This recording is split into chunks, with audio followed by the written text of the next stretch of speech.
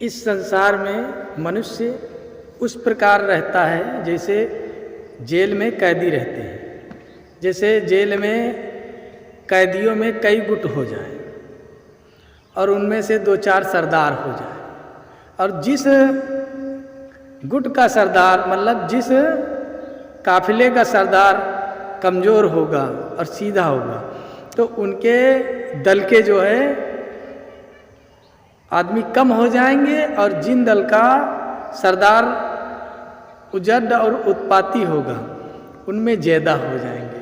तो उसी प्रकार इस संसार में सभी कैदी हैं और हम तुम कैदी हैं। तो चाहे ई दल में रहो या वी दल में रहो, लेकिन जब जेल में सज़ा समाप्त होती है तभी जाकर के जेल से छुटकारा मिलता है। तो उसी प्रकार इस संसार में चाहे जहाँ रहो, कर्म अगर खराब है तो मुक्ति नहीं मिलनी है। कर्म अच्छे हैं तभी इस संसार से जा सकते हो। एक ब्रह्मांड है, एक गोलाकार अंडे का आकार का है, इसी के अंदर सभी मनुष्य कैदी हैं। जब भगवान बावन ने राजा के बलि के यज्ञ में भगवान बावन ने जब तीनों लोग को नापा तो उनका दाहिने पैर का अंगूठा ब्रह्मांड में लग गया, और जो ब्रह्मांड में लगा तो ब्रह्मांड थोड़ा सा फूटा, और उसी से बाहर से जो पवित्र जल आया और उसी जल को भगवान ब्रह्मा ने धुलकर के कमंडल में धर लिया, और उसी जल धुना भगवान के जो धुवन है वही तीनों लोग को पवित्र करने वाली माँ गंगा है।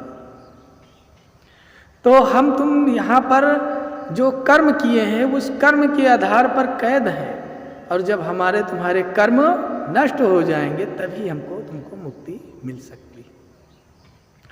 कोई अच्छा कर्म किया और कोई बुरा कर्म किया, तो अच्छा कर्म कियो तो स्वर्ग गए, वैकुंठ धाम गए, और कर्म का फल खत्म। बुरा कर्म किया नरक गए, कर्म का फल खत्म, फिर यहीं पृथ्वी पर आना। तो कर्म अच्छा या बुरा एक ही है, अच्छा करो या बुरा करो लौट कर आना यही है। तो जो कर्म अच्छे या बुरे जिसने संसार में भेजा उसी को सारे कर्म समर्पित कर देना चाहिए। जब आपके पास कोई धन नहीं तो आपको लूटेगा, कर्म प्रधान बुलाएगा कि भाई आप आइए, ये जा रहे हैं, इनके पास कौन सा कर्म है।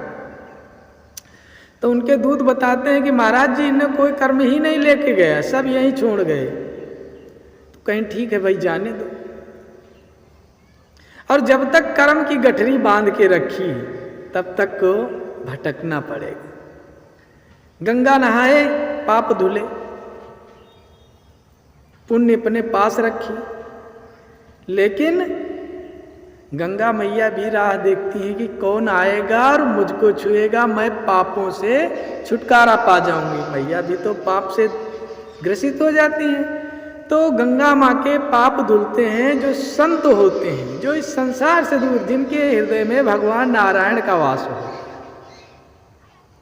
अब जब नारायण का वास होता है और इस संसार में जिसके अंदर भेद ना हो, जो सामदर्शी हो, ऐसे संत जब जाकर माँ गंगा में स्नान करते हैं तो उनके स्पष्ट होते ही वो जल सारे पाप जो माँ में गंगा जी में जो लोग धोते हैं वो सब नष्ट हो जाते हैं। इसलिए ये संसार एक कैद खाना है, हमने कर्म किया उसका भोगना पड़ेगा। पुण्य पाप देखो, कर्म करता है शरीर, तो शरीर तो मृत्यु के बाद यही रहता, लोग जला दें या दफन कर दें। आत्मा क्यों भोगती है? क्योंकि आत्मा उसको अपने को मानती कि हमने किया, और जो ऐसा आत्मा समझती, इसीलिए आत्मा को बेर बेर इस संसार में जन्म लेना पड़ता है। भाई कर्म तो शरीर करता है, आत्मा तो करती नहीं है। जो ये शरीर है वो